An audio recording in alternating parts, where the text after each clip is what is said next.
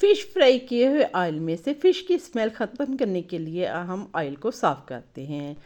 लेकिन ये हमारे इल्म में नहीं है, ये फ़िश फ्राई वाला ऑयल जो है हमारी कौन सी तकलीफ़ के लिए बहुत कीमती है।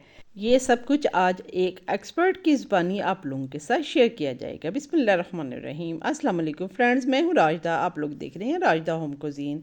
ये मेरे पास 2.5 से 3 लीटर ऑयल है, जिसमें मैंने फ़िश भी फ्राई की और मैंने फ्रेंच फ्राइज़ को भी फ्राई किया। इसको सिर्फ 2 बार मैंने फ्राइंग में यूज़ किया है। ज़्यादा क्वांटिटी में मुझे इसलिए लेना पड़ा कि अफ्तार पार्टी ज़्यादा लोगों की थी और मैं अकेली थी और मुझे ज़्यादा क्वांटिटी में ऑयल लेना पड़ा। आज मैं ये भी बताऊंगी कि ऑयल को हमने फ्राइंग के बाद कितनी बार दोबारा यूज़ कर सकते हैं। ये सब कुछ आज की वीडियो में आप लोगों के साथ शेयर किया जाएगा। आप लोगों ने वीडियो को बिल्कुल स्किप नहीं करना।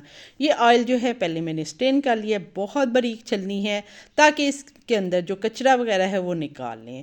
और अभी चूंकि ऑयल ये ठंडा था इसलिए ये प्लास्टिक की मैंने बाल्टी ली है या बर्तन ले लिया है। आपने अगर ऑयल आपका गर्म है तो प्लास्टिक का नहीं लेना।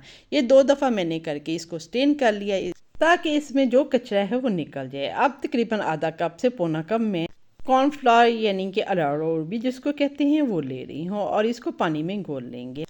ऑयल जो है उसके नीचे मैंने चूल्हा नहीं चढ़ाया। ऑयल हमारा ठंडा है और ये जो कॉर्नफ्लावर या अरारोट है इसको पानी में घोल लेना है, इसका यानी कि घोल बना लेना है और ठंडे ऑयल में इसको डाल देंगे और इस ऑयल को हमने साफ़ करना है ताकि इसमें जो स्मेल वगैरह है वो ख़त्म हो जाए। वो खा पकौड़े बनाए हो, फ़िश बनाई हो या कोई भी चिकन वगैरह। लेकिन फ्राइंग किए हुए ऑयल को 3 बार आप फ्राइंग के लिए यूज़ कर सकते हैं। 3 बार के बाद आप इस तरह इसको साफ़ करें और स्टेन करने के बाद इसको ठंडा करें और किसी बर्तन में रख लें और इसको अपनी कुकिंग जो आप खाना शाना बनाते हैं उसमें यूज़ करें, लेकिन दोबारा फ्राइंग के लिए इस्तेमाल ना करें क्योंकि वो हमारी सेहत के लिए बहुत डेंजरस है और कैंसर जैसी बीमारी जो है हमारे पे हमला करती है। अब एक एक्सपर्ट की ज़बानी बताती हूँ ये फ़िश वाला ऑयल क्या है। वो आपके दर्द का तेल बने।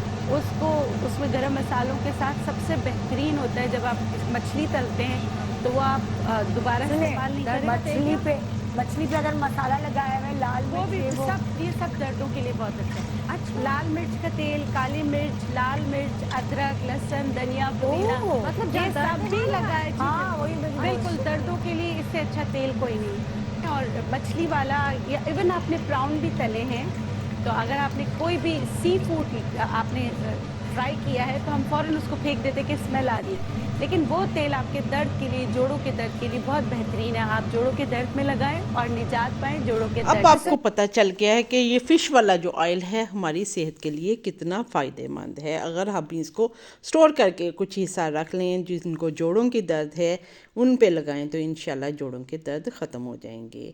ये ऑयल चूँकि मैंने 2 दफ़ा यूज़ किया था, इसको 10 मिनट मैंने किया है और ये देखें ऊपर जाग बन गई और ये जो अंदर जो है हमारा अरारोट या कॉर्नफ्लावर जो है उसमें थोड़ा बहुत जो कचरा था वो लग गया। ये कॉर्नफ्लावर जो है वो बहुत ज़्यादा गंदा नहीं हुआ। क्योंकि एक तो मैंने इसको फ्राइंग के लिए सिर्फ 2 बार यूज़ किया था। सेकंड ये कि मैंने इसको जब ऑयल को साफ़ करना था पहले मैंने इसको स्टेन कर लिया, जो कचरा था वो निकाल लिया।